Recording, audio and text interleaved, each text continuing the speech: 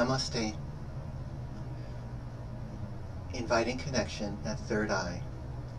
Would like for you to gently place attention on the etheric crystal at the third eye with the intention of meeting, receiving, and merging with my energy there. Would like for you, after linking in with gentle third eye crystal lock, to do Yaha breathing, aspirating the sound Ya on the inhale and aspirating the sound Ha on the exhale. And as you breathe and intone these sounds, would like for you to imagine and feel that the air that surrounds you is filled with luminous energy, what I'm calling the higher pranas. And what makes the higher pranas different from the normal pranas that you breathe to maintain your body is that the higher pranas, being particles of unconditional love, are non-violent. They will only enter into the energy field of a sentient being by conscious permission being given for them to enter. And they will only transform the sentient being by another permission that allows these particles to transform. Would like for you on the inhale to give permission and call them in and breathe them in, the energy of the higher pranas. And on the exhale, feel that you're allowing yourself to change. And when you are attaching that, feel the natural letting go of the exhale, that when you exhale, you are literally letting go of your breath, making room for another receiving. And as you are exhaling and allowing yourself to be transformed, would like for you to go into your memories and recall times when you were not open, that where you were resistant to hearing or feeling something, and acknowledge that resistance to allowing oneself to change, and to gently let that go and open up. Feel the times in your life where you made a conscious decision to receive, to open up, to consider and allow change to happen. And to feel into that mood, that energy, and to fill yourself with that, what the ancients called humility, the willingness to be transformed by what you hear and receive. Inhale, receiving, exhale, letting go. Aspirating Ya on the inhale, expanding the belly. Aspirating Ha on the exhale, relaxing the belly. And would like to also highlight a difference between allowing oneself to change and trying to grow. When you're trying to grow, the stimulus and effort is within oneself, within what is called your own self-power to change.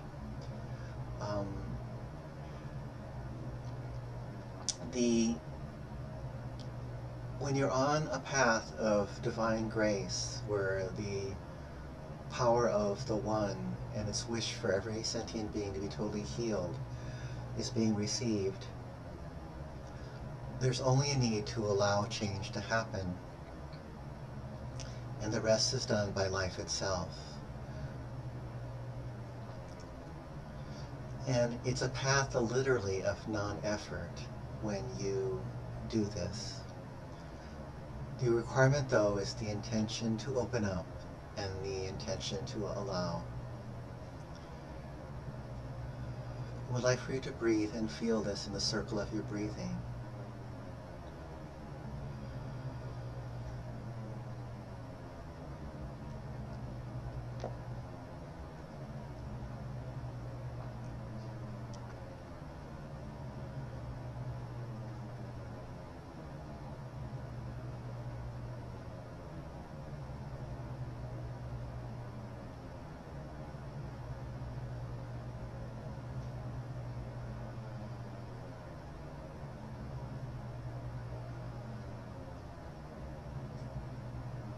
Continue to breathe. Continue to feel this.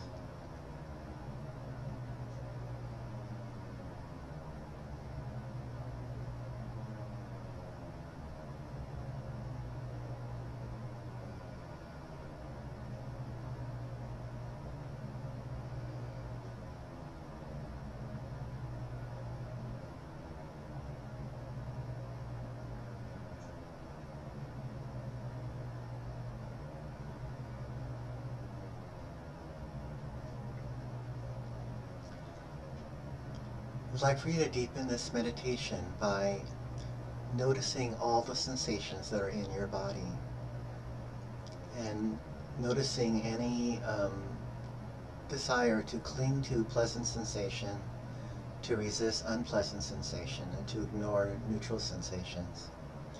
And to put aside all these three gestures which lead to the three poisons of the mind: addictive craving when a sensation is desirable, judgmental negativity when a sensation is undesirable, and obscuring delusion when a sensation is neutral. We'd like for you to open up and be aware of all the sensations as they are, and to experience them without wishing them to be different than they are, without resisting the unpleasant, and without ignoring anything that is neutral or background. And any sensation is really anything that comes from the five senses. An eye sensation is seeing, an ear sensation is hearing, a touch sensation is feeling. And feel like you're opening wide to all the sensations that are being experienced in the present moment.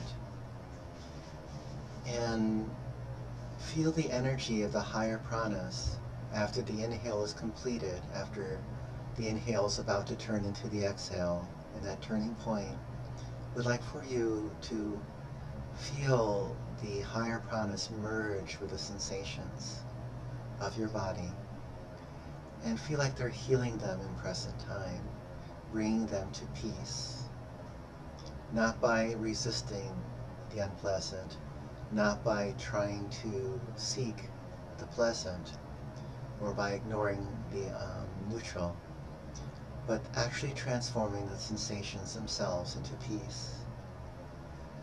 And to do 20 breaths with this conscious awareness.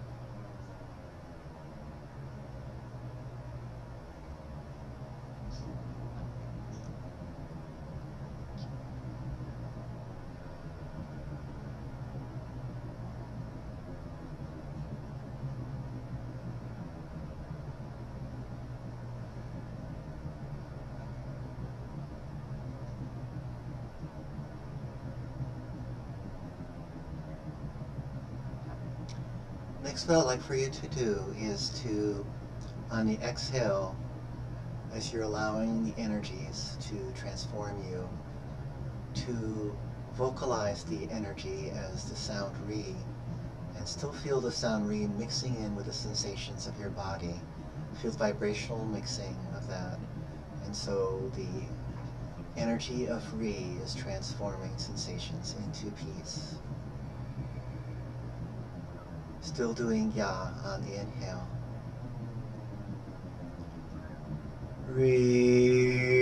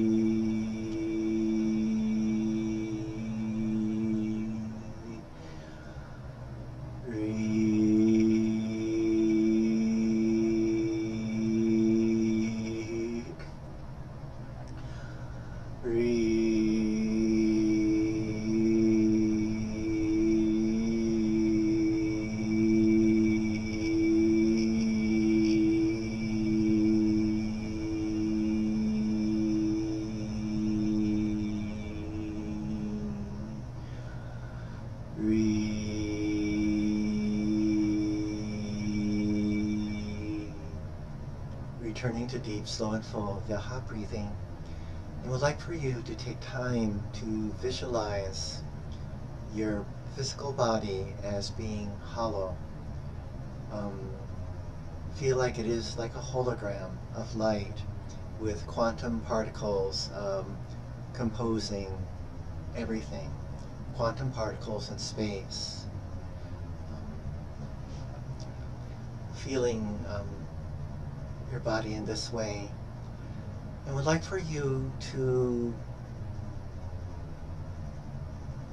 recall one of the interesting experiments of your species, where it was called the particle wave controversy in quantum physics, and how the particle theorists with their particle equations saw the quantum particles behaving the way the equations expected them to behave. And the wave scientists, with their wave equations, found that the waves were behaving according to their expectations. And even the particle wave or wavicle scientists found their hybrid equation also confirmed by the experiments that they did. And what this means is thought expectation affects the quantum particles. And the leap that was not made during these experiments is that if everything that you see in the empirical world is based on these building blocks of quantum particles, that means that everything you see is affected by thought expectation. So I'd like for you to re-vision your physical body as being a dance of quantum particles within an electromagnetic matrix, and manifesting as a holographic field of light. And in order to deepen this and to bring it more to accuracy, I would like for you to visualize a double star tetrahedron. The internal one is got the north point at the third eye, and the base of the north pointing internal is the lower edge of the rib cage. And this is spinning 48 cycles per a second clockwise. Clockwise as if you were looking down upon it, down upon the base from the third eye point. And then the south pointing tetrahedron is 52 cycles per second counterclockwise, moving and spinning in the opposite direction, the base. And the base is at the shoulder level.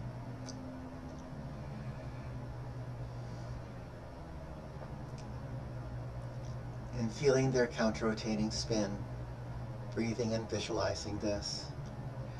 And also, I am visualizing for you and with you.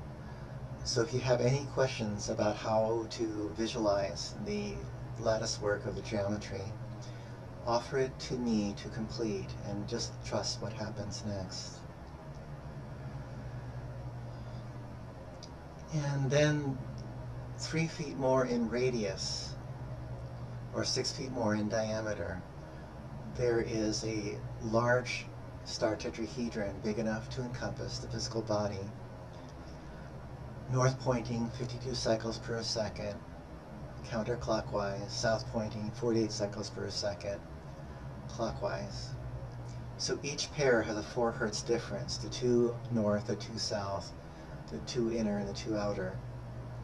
And that creates a 3-dimensional sine wave pattern that will move the brain into a 4 Hertz vibration of lucid dreaming. And also the sine wave is really the tube torus flowing around what would be the Van Allen belt of your star tetrahedrons.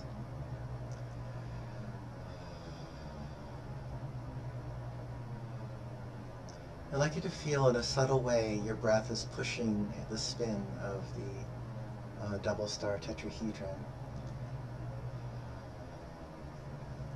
And this visualized Double Star Tetrahedron creates the electromagnetic pattern that organizes the dance of the quantum field inside of you. And so there is a meridian flow where the energy gets pulled in through the north and south poles and mixes and merges in the heart center and radiates threefold compassion on the world. Radiates it to family and friends, all the sentient beings, including the animals, and to the earth itself, including the plants as the skin of the earth. And the threefold compassion is unconditional love as the center of a rainbow of three colors, aurora green as empathic love, and magenta as active compassion. What I'd like for you to do is move your hands upwards. There's no need for an exact position, but if you want to have something, move it up to the level of the top of your head. And inhale Ya, and as you exhale, feel your hands floating down as if the breath is moving the hands. And when it reaches as far down as it can go, turn the palms around and on inhaling Ya, and then move them up, floating upwards. And as you're doing this motion, visualize the energy of the vortex that's being created by the double star tetrahedron. Feel like you're drawing down the energy of the higher pranas into the soft spot at the top of your head.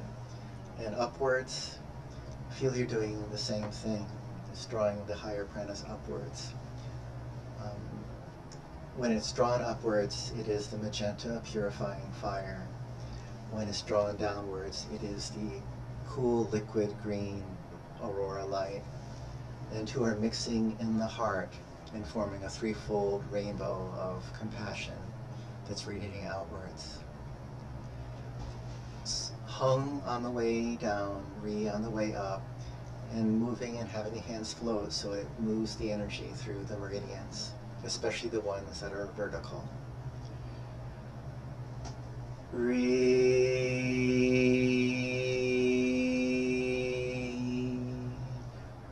hum,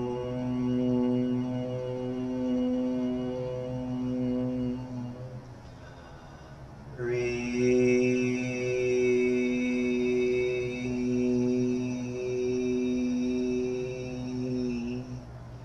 hum.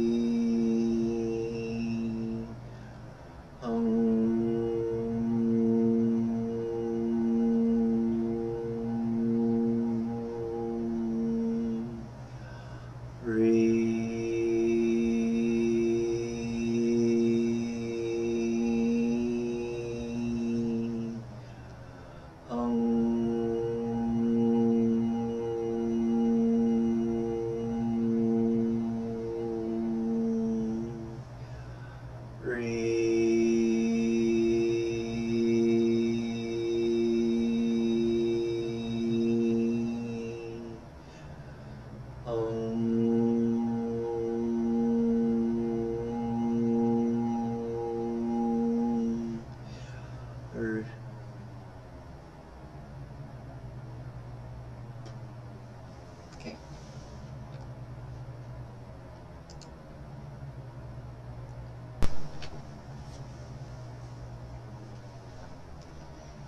Continue to breathe. I'd like for you to do Yaha breathing and to refocus on the crystal at the third eye. And to feel that what has been established is the Double Star Tetrahedron vortex, which creates a tube torus energy field. And that the energies are flowing both into the south and north points,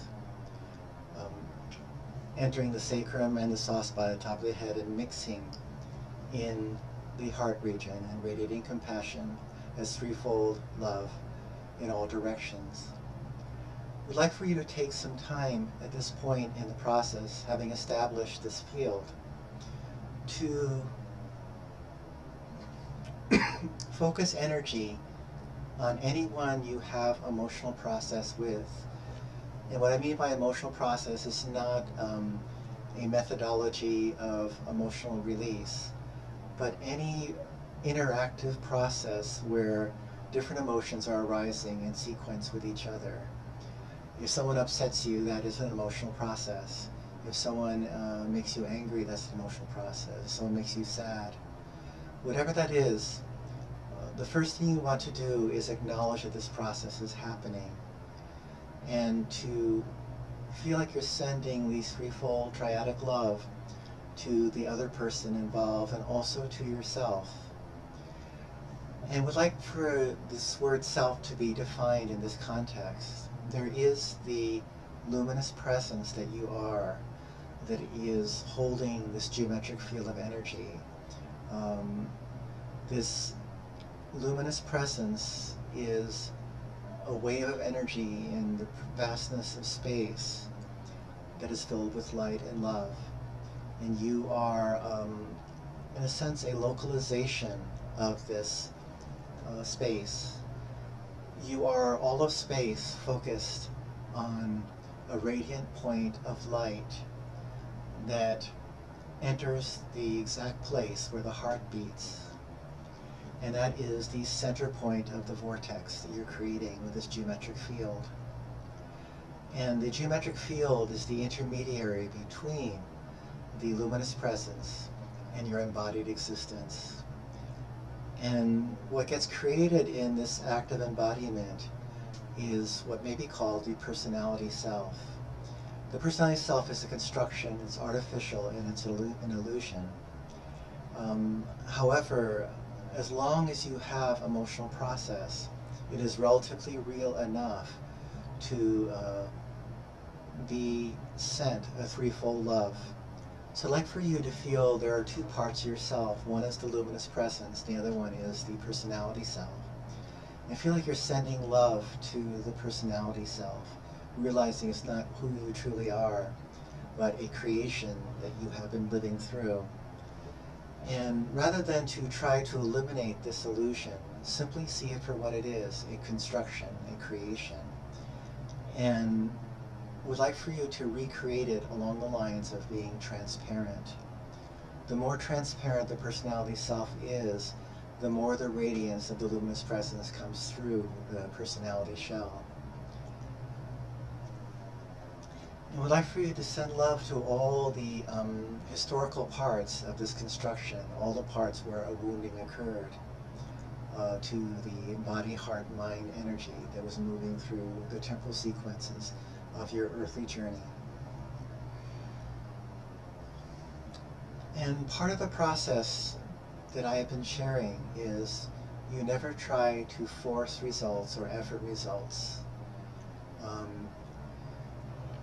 If you go from the intention to forgive to the effort of forgiving, that is moving into dualistic struggle. And what dualistic struggle does is it does invoke an unforgiving energy on one side and a forgiving energy on the other. But the two will remain in tension with each other. So what I'd like you to do instead is to notice all the anger, all the fear, all the sadness, all the jealousy, all the arrogance inside of all the ego selves in your world. They might be in different proportions in everybody, and the proportions are always fluctuating depending on what the living stream of individuals is as they interact with each other.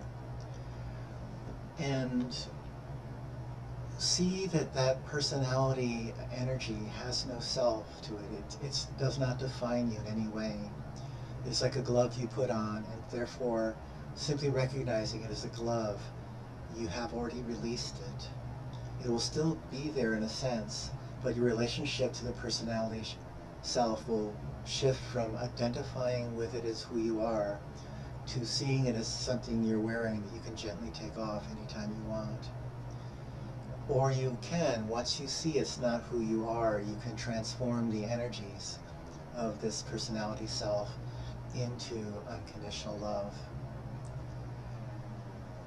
So what I'd like for you to do is to go into the hot point in your emotional process, the place where the emotions are the strongest, and notice who it is that the emotions are bouncing off of, and vice versa. Your emotions bouncing off of this person, their emotions bouncing off of you. And simply not identify with this energy. Simply see it for what it is. Allow the emotions to have their full play, not to hold back anger, fear, and sadness in particular, but not to express them either, but to let them float in the energy of awareness. And feel awareness is already saturated with this threefold love, because pure consciousness is intuitive wisdom. It sees things as they are. It also is unconditional love, accepting things as they are. And also is active compassion, transforming through creativity what things are. So what I'd like you to do is I'd like for you to notice the personality self, and once you have not identified with it, and it does not have to be a perfect non-identification. Just enough for you to say, this is not me. And realizing that when you're under the trance of your personality self, you do act as if it is you. And simply forgive yourself for that. And then to feel like you are taking the personality energy and feel it as a ball of energy with many colors in it, a little bit darkened. And I'd like for you to launch it out your crown center and then feel it go out and then circle back and come in through the south point and go through the crown, through the entire chakra system, through this vortex that is now strong.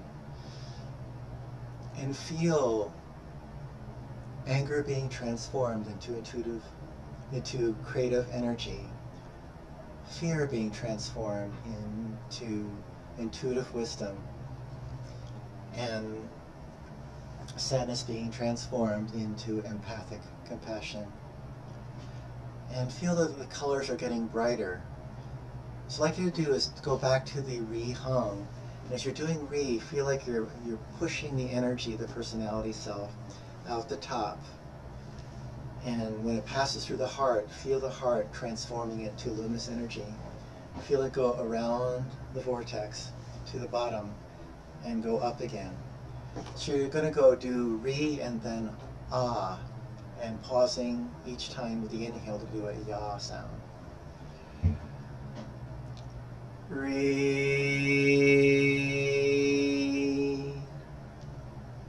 Then Ah, and you're going to move your hands completely around to the bottom of the vortex. And then inhale, as you inhale, bring the energy of the personality ball up through the system. So go. Ah,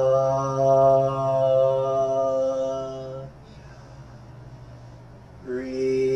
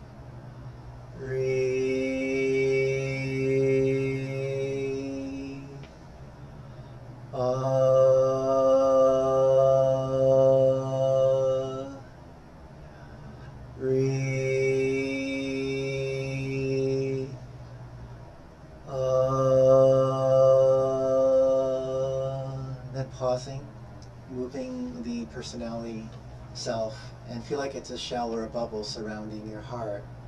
And feel it has become transparent and luminous, so that the rays of threefold compassion are moving through the bubble.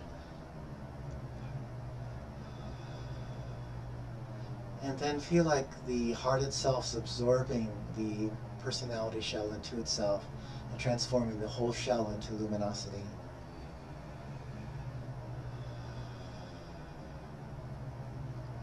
Notice how it feels to dissolve the personality energy back into its pre-creative energies, the energies of potentiality, and it will actually be the rays that are coming out of your heart in that case.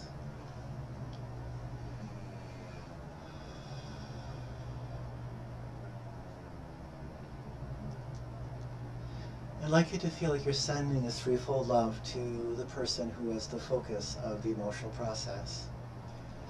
And feel like you're interacting from a new basis. You still have the memory of what happened before, and you even have the memory of what I call the tags, the emotional reactions that happen whenever you remember certain events. But the tag and the memories have no self anymore. It's as if you walked into someone else's life and are taking it over, starting fresh. I'd like for you to feel this newness of being born right in this moment, into this place, inheriting the full memories and knowledge of the personality shell that you had before. And feel that you have the freedom and freshness to respond to whatever's going on with newness. And also, I'd like for you to forget all the goals and intentions of the previous self, the personality shell. And feel you can have any goal from this point on. You have a memory of all the goals and intentions and processes that were important to the previous self, but none of the driving energy of the previous self.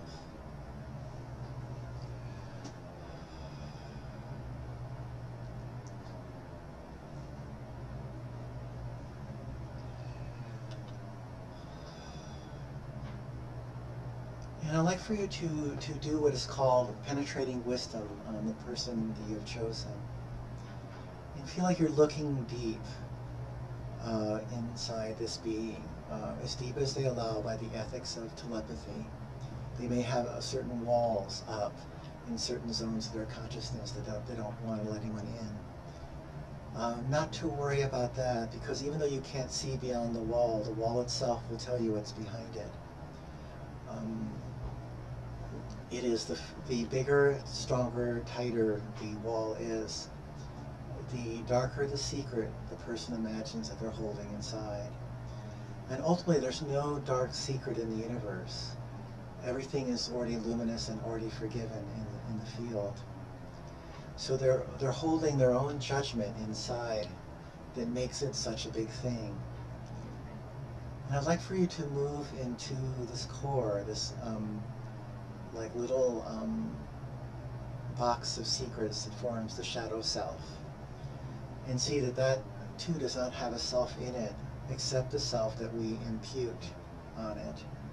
And if the person's holding a dark secret chamber, that means they're imputing some identity behind it and believing it. What this means is that no matter how deep a person goes into denial, there's always a conscious part that knows what they are denying. The more times they deny, the more aware they are on some level of their consciousness of what it is they're holding judgment about themselves. What I would like for you to do is to align with the Dharma, the universal order of the universe itself, and to be the forgiving energy. By forgiving everyone as they are, you align with the Dharma. And in order to get deep and real and true guidance, forgiveness must happen first. Guidance will always be a little confused without forgiveness. And the reason why is the first guidance that the Dharmakaya gives all sentient beings is to forgive everyone, including oneself. And therefore, if you disturb and ignore the first guidance, the second guidance is not going to feel clear either. And so always align here, doing a forgiveness clearing of everyone all the time. And if you have difficulty forgiving, notice the difficulty, notice it's part of the personality shell, and it has no self. And by not identifying first, the resentment inside the personality shell is impersonalized and therefore easier to transmute. In fact, as long as you impute self into something, you cannot change it. The imputation of self is how we preserve our state, not how we dissolve it. The thought of forgiveness, or any thought for that matter, is very temporary. It lasts approximately 7 seconds if you watch it. If it lasts longer than that, then there's a subtle identification occurring where you are thinking and reconjuring this again and again. And notice when you do that, that there is kind of like a loop of energy that's constantly reinforcing the sense of identity that is not what you are. Notice the temptation to keep establishing this identity. And choose to end the loop right now.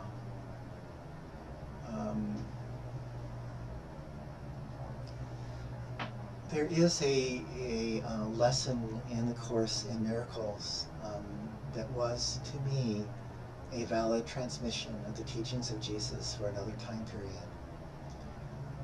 And the lesson is very simple. Forgiveness offers everything I want. Forgiveness offers everything I want. Forgiveness offers everything I want. The reason why is because the universe doesn't really forgive anyone because it doesn't condemn in the first place. But what forgiveness does is realign us with the forgiving energy of unconditional love that's never holding anything against anyone ever at any point in time. So when we release all our resentments, we realign with the Dharma. I would like to deepen this point very thoroughly because there are going to be a lot of groups,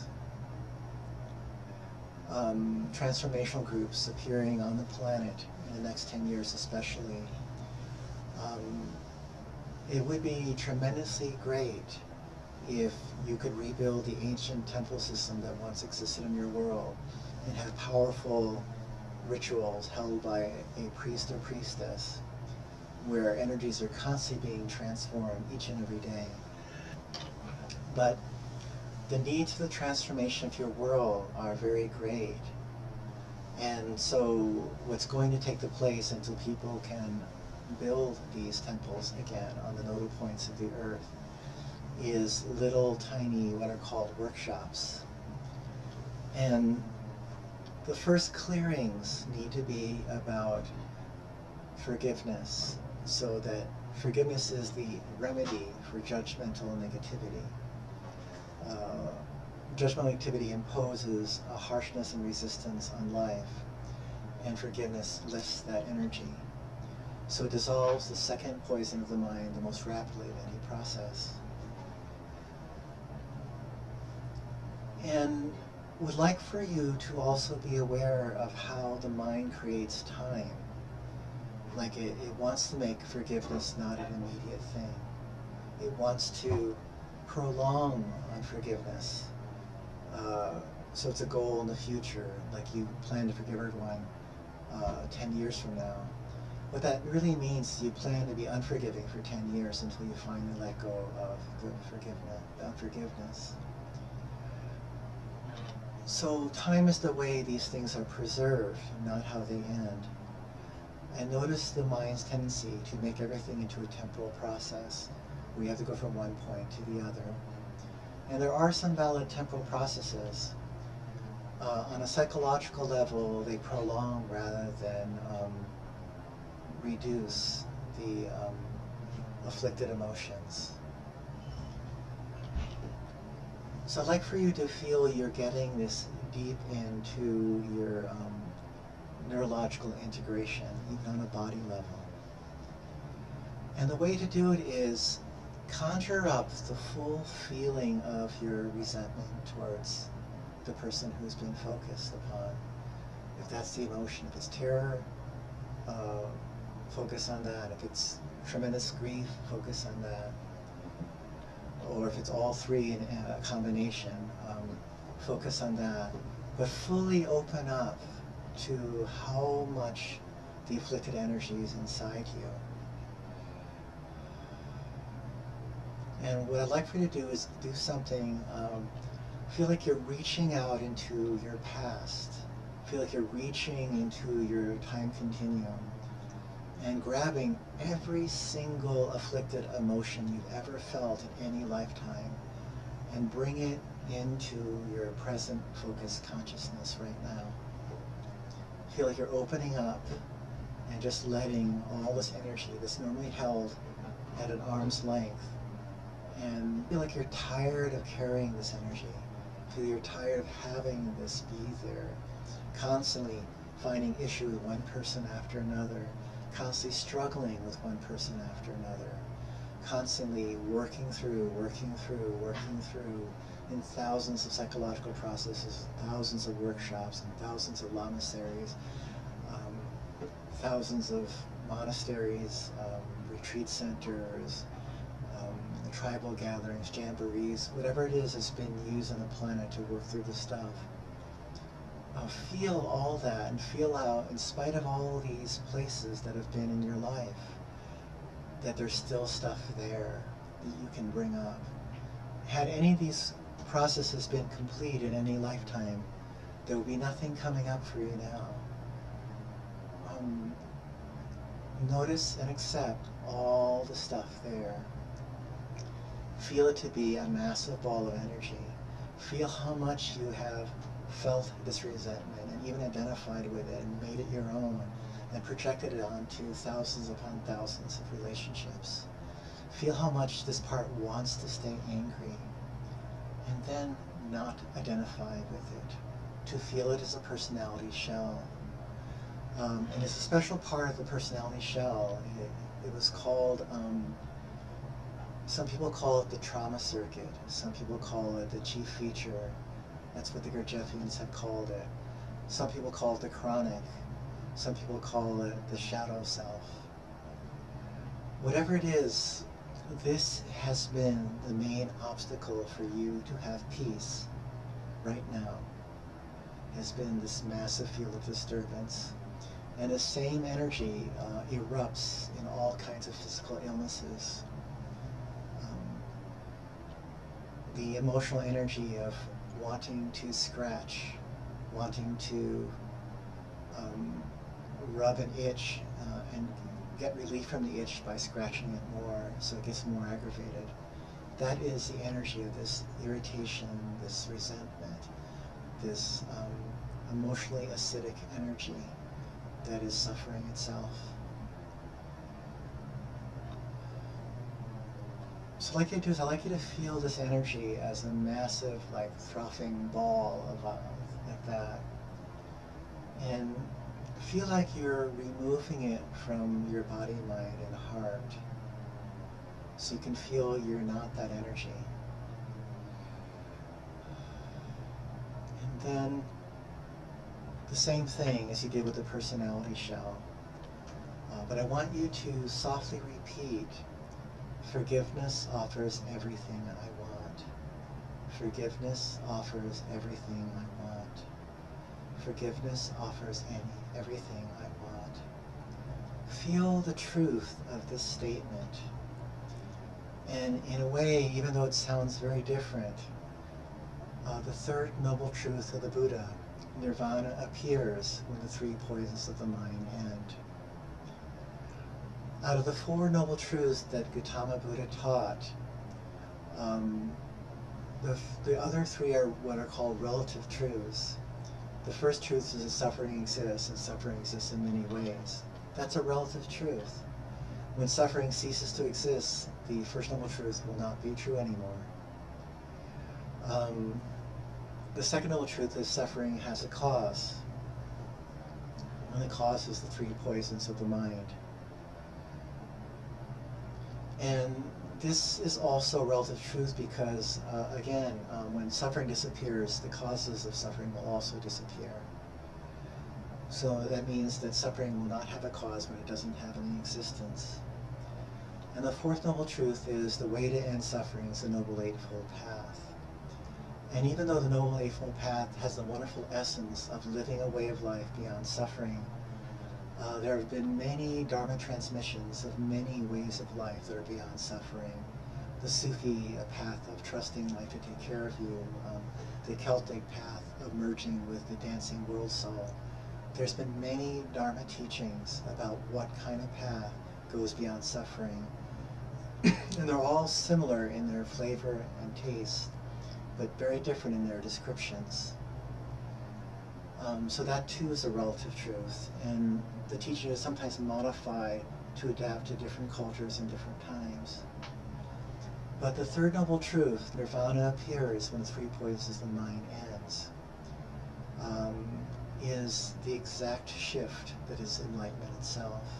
It's like a mathematical equation that samsaric consciousness minus the three poisons equals nirvana.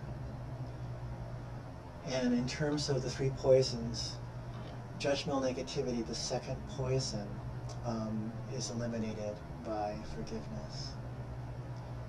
So I'd like that to be the understanding of forgiveness. And one of the things that's interesting about the three poisons is they really are like holograms of each other. You can take a basic package and rearrange it, and whichever one is on the surface is the predominant one. But they always appear together. Addictive craving, judgmental negativity, and obscuring delusion are always spinning around each other. There's never a time when one of them is present when the other one is absent. One might be consciously aware in our mind, and the other one unconscious, but they're always there. For instance, if you are in addictive craving and you're pushing for something, the reason why you're pushing for it is because there is an imaginary goal called peace behind the addiction. And the peace never really comes. The feeling of addictive craving is suffering in the moment. The feeling of not having what you want is suffering in the moment. And the feeling of temporarily getting what you want is covering the suffering rather than eliminating it. So there's a delusion about what the addiction does that keeps the addiction desirable. So obscuring delusion is there.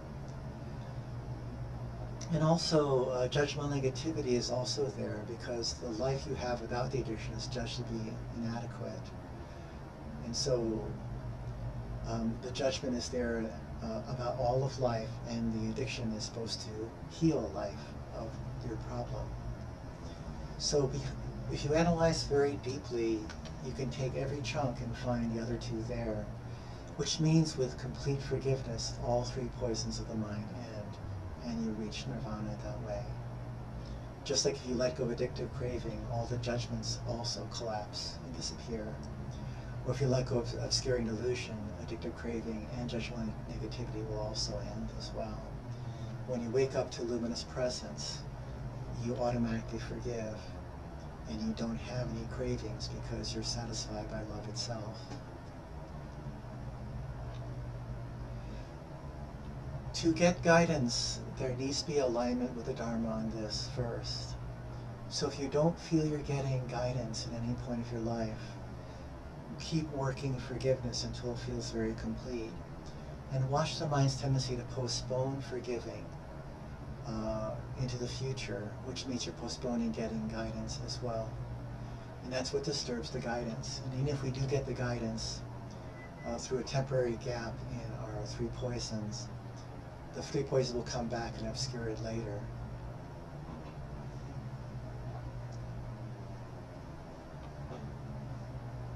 So I'd like to emphasize this as this process, and take the ball of triple poison and the feeling of self that's been imputed in it. And we'll call this the core ego structure. The regular personality is like an adornment around this core ego structure. It has more pleasant sides to it, but the essential core is negative. It is this thing. And so what I'd like for you to do is I'd like for you to, again, take the core and move it up into the sacrum and feel the energies of Ri and Hong purifying and vibrating this core to transform it in stages into luminosity itself, where it will dissolve into the light field.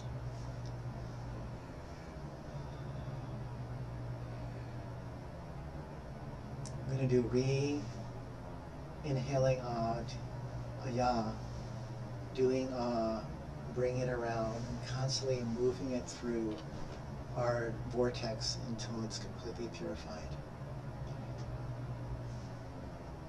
Ri.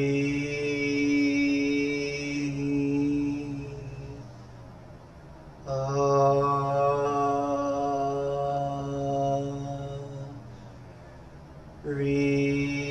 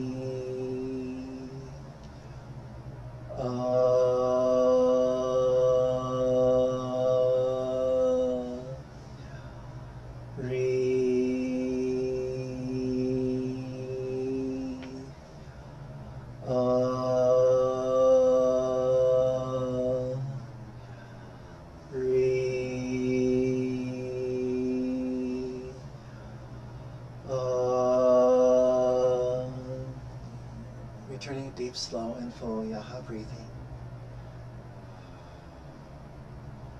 And again, absorbing this energy into the heart